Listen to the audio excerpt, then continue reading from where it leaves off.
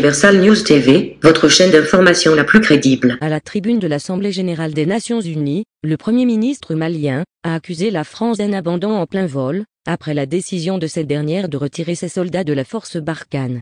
Devant ses homologues du G5 Sahel, le président français avait donné le chronogramme du retrait des forces militaires françaises en juillet dernier, alors que l'arrivée éventuelle des forces paramilitaires russes au Mali n'est pas très appréciée par le Niger.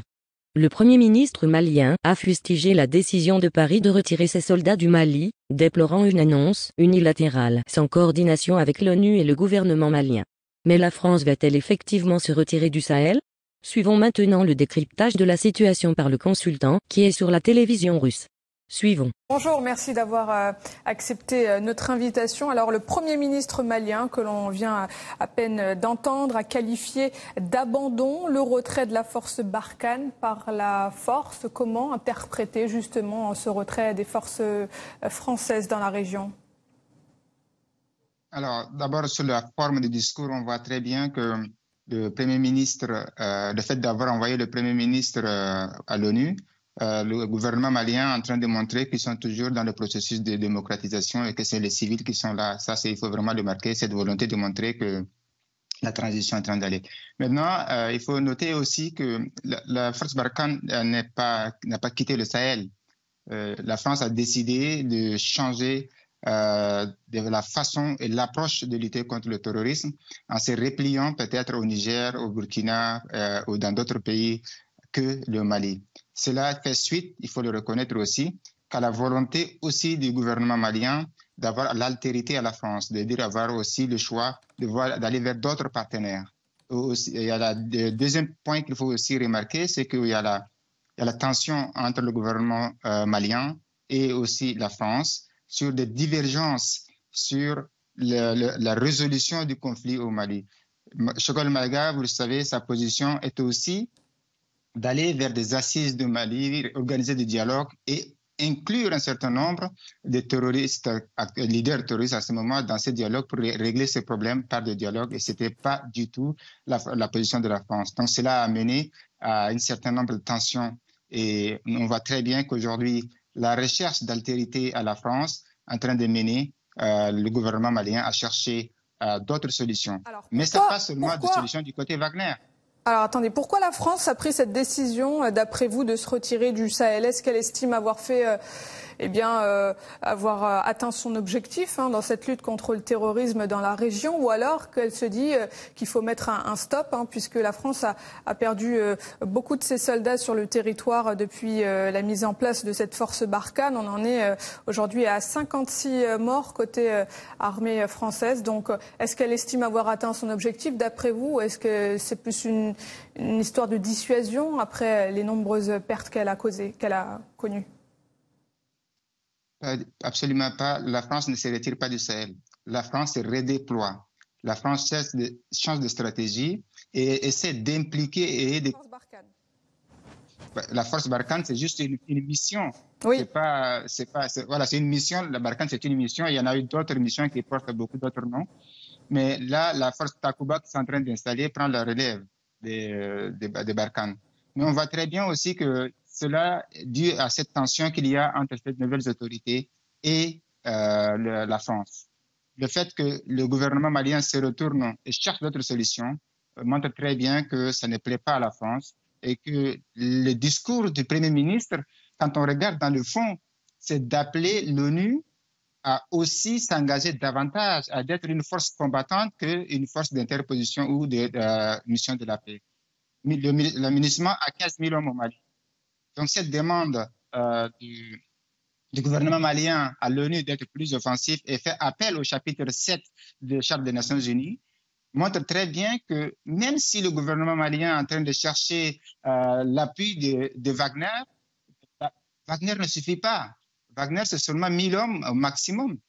Rien ne peut combler, par exemple, les 5000 quelques hommes de Barkhane avec tous les équipements et leurs forces de frappe par rapport à ce que Barkhane peut amener dans la lutte contre le terrorisme. Alors vous disiez...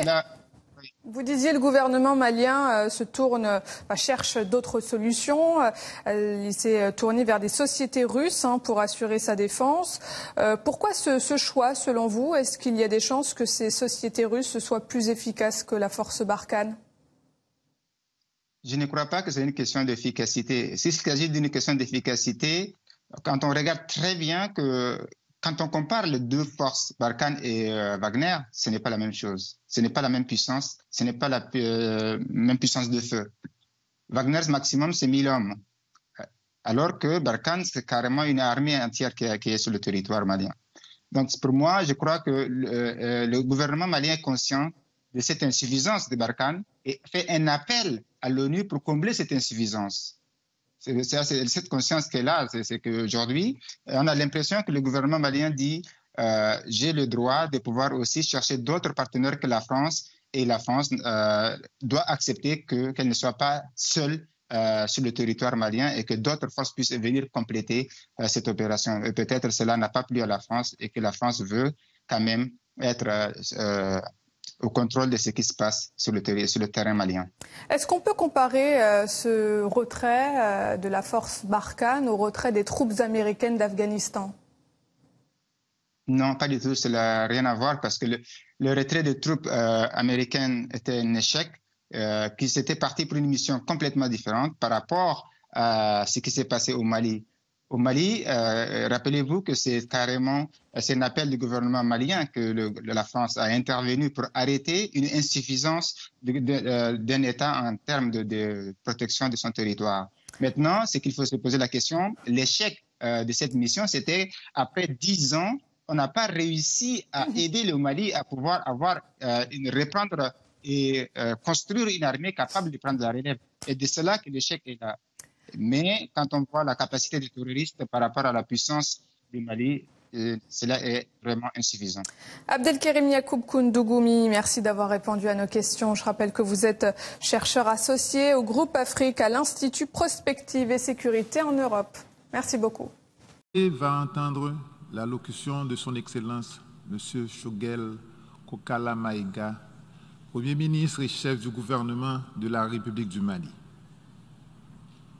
Je prie le protocole de bien vouloir accompagner son Excellence.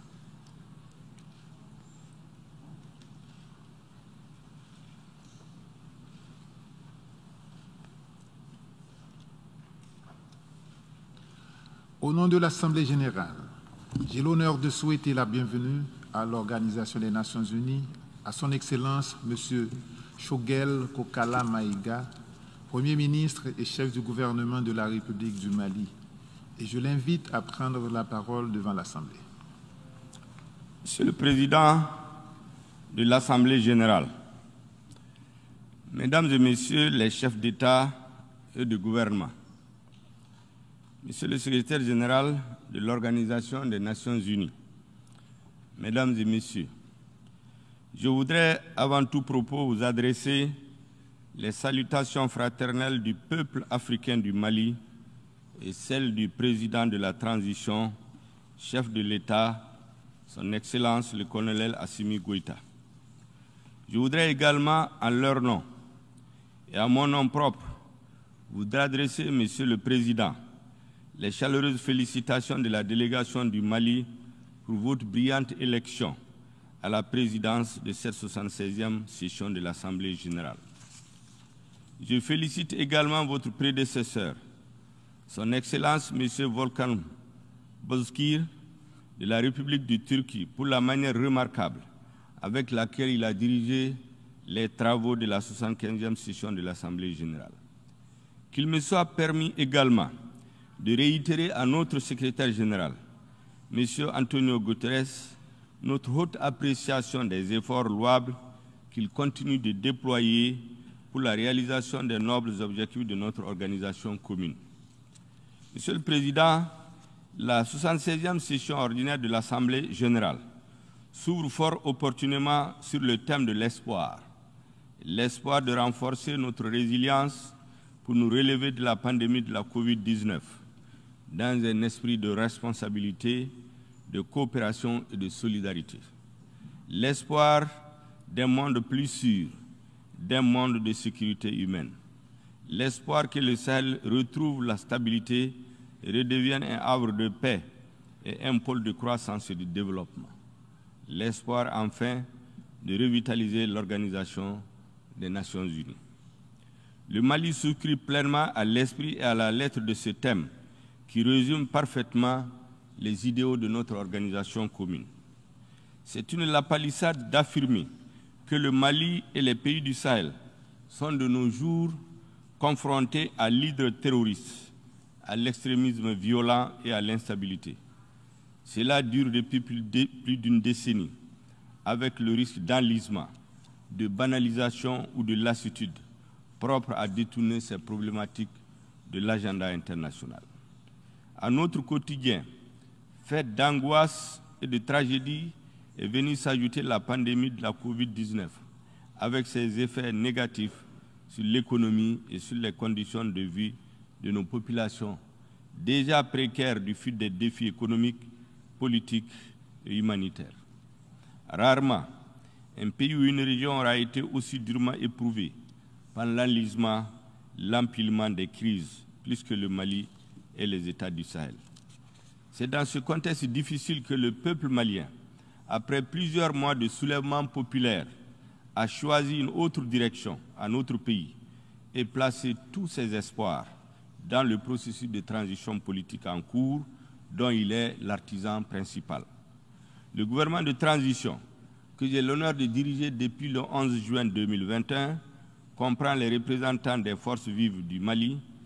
Mais fait notable, il comprend aussi, dans un souci d'inclusivité, des membres des mouvements signataires de l'accord pour la paix et la réconciliation issus du processus d'Alger, ainsi que des représentants des forces politiques et sociales de notre pays. Aussitôt installés, nous avons travaillé ensemble à l'élaboration du plan d'action du gouvernement de transition qui contient un ensemble de mesures dont la mise en œuvre va assurer la prise en charge des préoccupations majeures des populations éprouvées par la crise sécuritaire, politique, sanitaire et économique. Ce plan d'action du gouvernement, adopté le 2 août 2021 par le Conseil national de transition, organe législatif transitoire, s'articule autour de 4 axes prioritaires. Il est assorti d'un chronogramme d'exécution et d'un budget prévisionnel. Le premier axe du plan d'action du gouvernement érige la sécurité au rang de priorité élevée. Il répond à l'aspiration profonde de notre peuple, à la paix, à la quiétude, au vivre ensemble, à la cohabitation pacifique, à la cohésion sociale. En effet, malgré les succès indéniables enregistrés par les forces armées maliennes et leurs alliés, auxquels je rends hommage, les menaces entretenues par le terrorisme et les autres formes de banditisme et de criminalité transnationale continuent, hélas, à endeuiller notre peuple au quotidien et à menacer les fondements de l'État. De mars 2012 à ce 25 septembre 2021, où je m'adresse à vous du haut de cette auguste tribune, la situation dans mon pays ne s'est guère améliorée, malgré le soutien international et la présence sur notre sol d'une opération de paix de l'ONU, la MINUSMA, et des forces internationales telles que l'opération française Barkhane, la force européenne Takuba et la force conjointe du G5 Sahel. La situation continue progressivement de se détériorer au point que des pans entiers du territoire national échappent au contrôle du gouvernement. Mes citoyens vivent sous l'emprise des groupes armés terroristes, dans le déni de leurs droits les plus élémentaires. Leur accès aux services de base demeure hypothétique en raison de la faible présence des services de l'État, consécutive à l'insécurité grandissante. La MINUSMA, dont je salue ici le courage et la contribution à la stabilisation du Mali, évolue dans cet environnement vulnérable avec ce que cela comporte comme menace sur elle.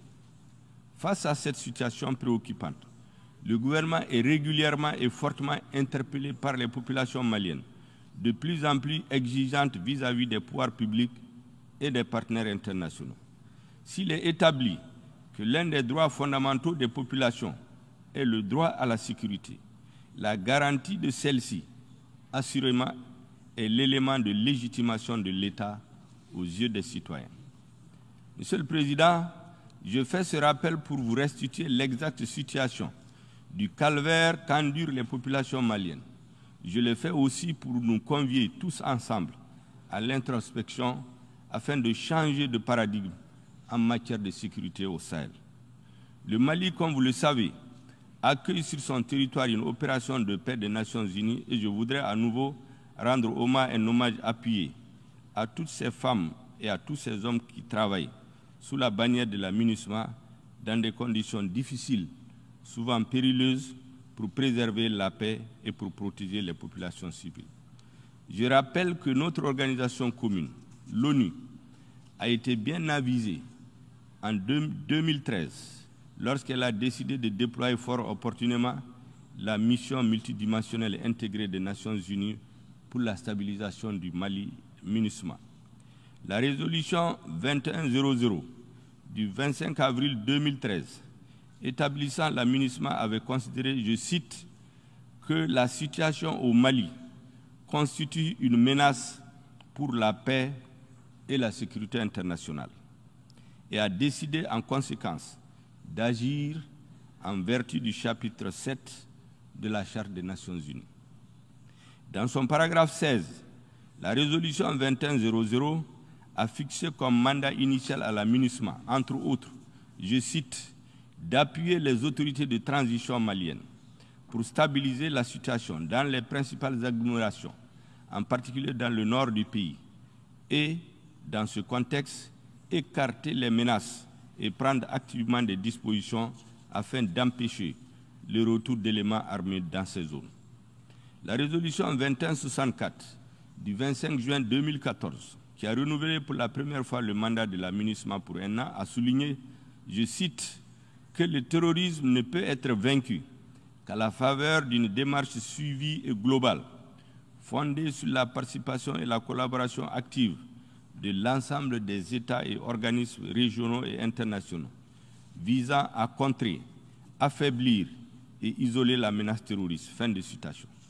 En conséquence, le paragraphe 12 de la dite résolution autorisait la MINUSMA, je cite, à utiliser tous les moyens nécessaires pour accomplir son mandat dans les limites de ses capacités et dans ses zones de déploiement. Elle lui enjoint en particulier, au titre du paragraphe 13, je cite, d'étendre sa présence, notamment grâce à des patrouilles de longue portée, dans les limites de ses capacités, dans le nord du pays, au-delà des principales agglomérations et en particulier dans les zones où les civils sont en danger. Monsieur le Président, 8 ans après le déploiement de la MINUSMA, les extraits ci-dessus de la résolution 2100 de 2013 et la résolution 2164 de 2014 sont d'une évidente et brûlante actualité. Les populations maliennes sont exacerbées aujourd'hui devant les tueries de masse des villages rasés de la carte et d'innocents civils fauchés, dont les femmes et les nourrissants souvent brûlés vifs.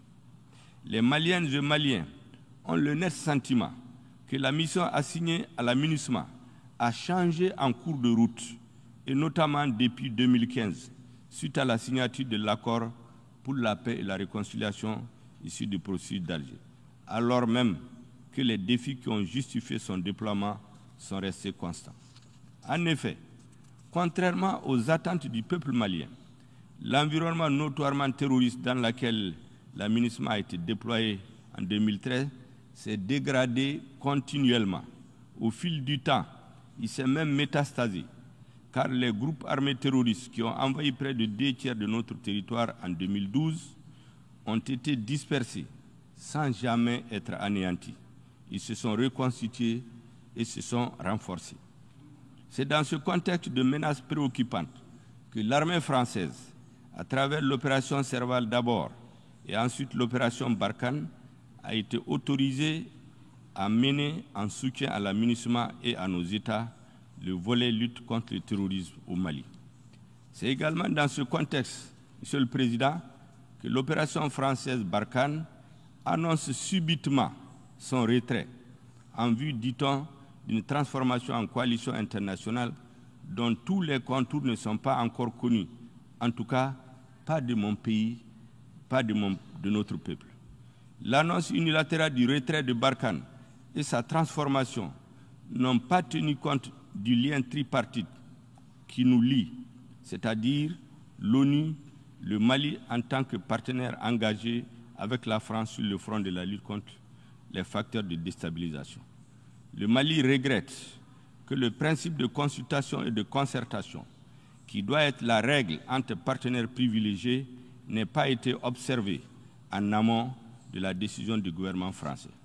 Aussi, la nouvelle situation née de la fin de Barkhane, plaçant le Mali devant le fait accompli et l'exposant à une espèce d'abandon en plein vol, nous conduit à explorer les voies et moyens pour mieux assurer la sécurité de manière autonome avec d'autres partenaires, de manière à combler le vide que ne manquera pas de créer la fermeture de certaines emprises de Barkhane dans le nord du Mali. Cette situation doit également inciter les Nations Unies à avoir désormais une posture plus offensive sur le terrain.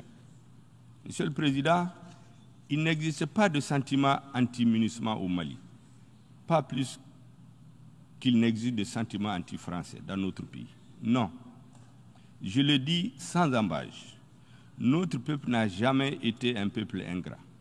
Au sommet de l'État et au sein des populations, il existe un désir de paix et une soif de sécurité qui font écho à l'exigence d'efficacité des instruments et des mécanismes politiques et militaires mis en place et qui font paradoxalement du Mali un pays surmilitarisé mais très vulnérable face au terrorisme, devenu un facteur de désintégration de nos États, de nos sociétés et de déstabilisation des fondements de nos pays. Que devrions-nous faire face à un tel paradoxe? Que faut-il faire pour répondre à l'angoisse, à l'exaspération et à la colère des populations maliennes? Que faut-il faire pour répondre au sentiment d'insatisfaction à la fois des Maliens et des partenaires du Mali? Je pense humblement, Monsieur le Président, que face à ces interrogations, nous devons avoir le courage et la lucidité d'interroger les instruments et les mécanismes évoqués plus haut. Nous devrions aussi et surtout remettre sur la table la demande d'un mandat plus robuste et d'un changement de posture de la MINUSMA, régulièrement fait par le gouvernement au Conseil de sécurité de l'ONU. Ceci permettra d'adapter le mandat de la MINUSMA, de lui donner les moyens de s'acquitter convenablement de son mandat et de répondre à l'aspiration du peuple malien, aspiration sans laquelle ni la mission de l'ONU, ni les autres partenaires militaires internationaux et régionaux présents sur notre sol n'auront la crédibilité aux yeux de mes concitoyens. En termes clairs, les Nations Unies doivent aider le Mali à lutter efficacement contre la criminalité transfrontalière organisée afin d'asseoir les conditions véritables de sa stabilisation, gage de la réussite des actions de soutien politique, humanitaire, de développement et de protection des droits de l'homme. S'il est établi que la situation au Mali constitue une menace pour la paix et la sécurité internationale, il nous revient donc de trouver les voies et moyens idoines pour continuer à y faire face de manière holistique, solidaire et déterminée jusqu'à l'éradication de la dite menace. Monsieur le Président, dans la guerre sans merci qu'il mène contre le terrorisme, le gouvernement du Mali ne ménagera aucun effort pour remplir ses obligations internationales en termes de respect des droits de l'homme. Il accorde la plus haute importance à la coordination des actions de nos partenaires sur le terrain, à la coopération régionale pour tenir compte de la dimension régionale de la crise sécuritaire au Sahel. C'est tout le sens de notre engagement dans la force conjointe du G5 Sahel. C'est aussi tout le sens de notre demande commune au sein du G5 Sahel en faveur d'un mandat robuste et adapté sous le chapitre 7 de la Charte des Nations Unies et d'un financement prévisible et pérenne de la force conjointe du G5 Sahel. Dans un souci de cohérence et d'efficacité, le gouvernement s'attelle à la mise en place sous mon autorité d'une structure de suivi et de coordination des activités de la MINUSMA, ainsi qu'à l'élaboration d'une stratégie de gestion intégrée de la crise au centre du Mali. Nous ne nous exonérons pas de nos responsabilités propres dans le processus de stabilisation du Mali. Le gouvernement de transition a une claire conscience que cette stabilisation passe aussi par la mise en œuvre de l'accord pour la paix et la réconciliation issu du processus d'Alger. Au demeurant, le gouvernement et les mouvements signataires, ainsi que ceux de l'inclusivité, poursuivent la mise en œuvre de l'accord dans un esprit de confiance et de responsabilité au sein d'un cadre nouveau appelé cadre intermalien pour la mise en œuvre de l'accord. Dans cet esprit, nous poursuivons la mise en œuvre intelligente et la relecture consensuelle de l'accord aux fins de son parachèvement. L'objectif recherché étant de favoriser son appropriation nationale et de renforcer son caractère inclusif tout en veillant aux conditions politiques et sociales du consensus nécessaire à la relecture de certaines dispositions conformément aux mécanismes prévus par l'accord. Concernant les questions de défense et de sécurité, un programme de désarmement, démobilisation et de réinsertion portant sur 3000 ex-combattants issus des mouvements signataires et de l'inclusivité a été mis en place, sur lesquels 1840 ex-combattants ont déjà été intégrés. Le gouvernement a également exprimé sa volonté d'intégrer 1160 restants au plus tard le 21 août 2021, n'eût été la lenteur accusée par la coordination des mouvements de l'Azawad dans la fourniture de la liste de ses représentants. Par ailleurs, le gouvernement du Mali est disposé à l'intégration prochaine des ex-combattants au sein des forces de sécurité, de la fonction publique de l'État et d'autres corps paramilitaires, dès que les quotas compatibles avec les capacités du budget national sont fixés. Le gouvernement est déterminé à surmonter les obstacles techniques qui émanent des autres parties à l'accord, en particulier des mouvements signataires dont l'adhésion au DDR doit être sans réserve. Le volet réinsertion socio-économique entamera les activités d'ici la fin du mois de septembre, avec l'appui de la MINUSMA et de la Banque mondiale. Je n'oublie pas ici la situation des réfugiés maliens dans les pays voisins et des personnes déplacées internes, qui reste une préoccupation majeure du gouvernement. Nous nous attellerons à créer, avec l'appui des partenaires bilatéraux et multilatéraux, les conditions idoines d'un retour de la sécurité et de la dignité de nos populations et à assurer leur participation aux prochaines élections. Monsieur le Président, la transition en cours au Mali se veut une transition de rupture qui porte l'espoir de guérir le Mali des maux qui l'assaillent, dont l'instabilité politique et institutionnelle, l'affaissement de l'État, conséquences directes de la corruption et de l'impunité. Pour réussir ce pari, notre pays a décidé de s'engager dans la voie des réformes qui constituent le deuxième axe du plan d'action du gouvernement. Ces réformes vont au-delà des questions politiques et institutionnelles et visent in fine à refonder l'État, dont le délitement progressif est à la base de l'extrême vulnérabilité du Mali face aux défis politiques, économiques et sociaux auxquels il est confronté. Mon pays souhaite être une solution aux crises qui menacent le Sahel. Le Mali aspire à vivre en paix avec ses voisins, à renforcer son unité, sa stabilité et recouvrer la plénitude de sa souveraineté sur tout son territoire. Le Mali veut garantir la sécurité humaine à l'intérieur de ses frontières en consolidant ses institutions constitutionnelles. À cette fin, le Mali est engagé à faire sa mue à travers les réformes, à amorcer sa transformation vers un État stable et prospère, orienté vers le bien-être de ses habitants. Ces réformes ont trop longtemps été différées, pour différentes raisons, par les différents régimes politiques qui sont succédés au pouvoir depuis 2 décennies. La transition en cours, sous la haute conduite de son Excellence le colonel Assimi Goïta, a décidé de s'y engager fermement. Le chef de l'État nous a commis à convoquer, dans les tout prochains jours, les assises nationales de la refondation, dont les recommandations auront force exécutoire aussi bien pour la période de transition en cours que pour la poursuite des politiques publiques à venir. Le troisième axe prioritaire du gouvernement est consacré à l'organisation des élections générales, transparentes, crédibles et inclusives, devant marquer le retour à l'ordre constitutionnel au Mali. Ces élections sont particulièrement importantes, car elles seront le baromètre de la réussite de la transition. Nous savons que leur qualité et leur crédibilité conditionneront l'avenir de notre démocratie, la légitimité et la solidité des institutions. Tirant les leçons de notre pratique démocratique récente, le gouvernement va instituer un organe unique indépendant de gestion des élections. Cet organe unique de gestion des élections posera les jalons politiques, juridiques et institutionnels de la restauration de la confiance des acteurs politiques et des citoyens lors des compétitions électorales. Il s'agit là d'une innovation majeure de nature à renforcer la démocratie et la légitimité des institutions.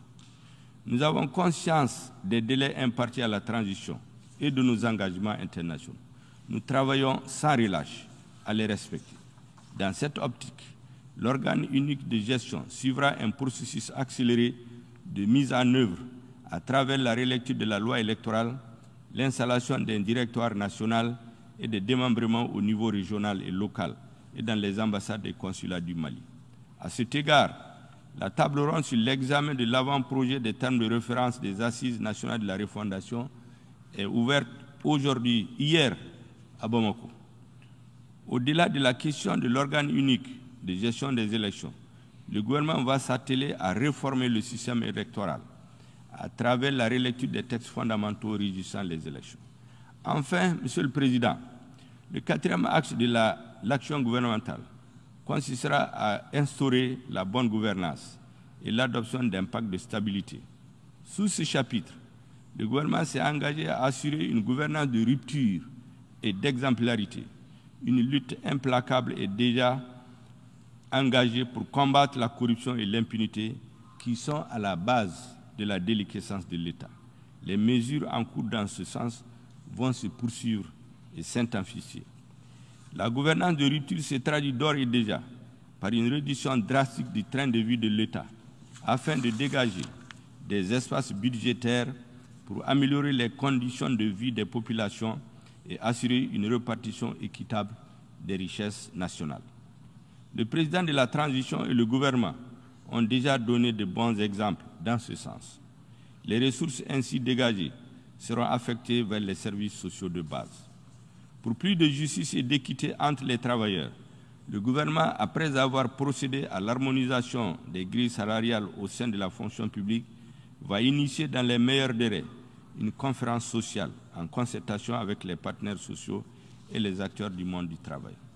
Monsieur le Président, pays sahélien à vocation essentiellement agricole, d'élevage et de pêche, le Mali demeure fortement préoccupé par les changements climatiques, qui constituent l'un des défis majeurs pour la survie et le développement de l'humanité. En effet, mon pays subit de plein fouet les effets du changement climatique, caractérisés par l'avancée et la désertification et son impact sur la faune et la flore, l'achèvement de nos fleuves et de nos cours d'eau, l'augmentation du niveau de chaleur, les inondations, etc., etc. C'est pourquoi je voudrais réaffirmer l'attachement du Mali à la mise en œuvre de l'accord de Paris sur le climat. Monsieur le Président, je voudrais conclure en rappelant que l'action du gouvernement de transition au Mali est orientée sur 3 piliers qui correspondent à 3 besoins vitaux pour le Mali.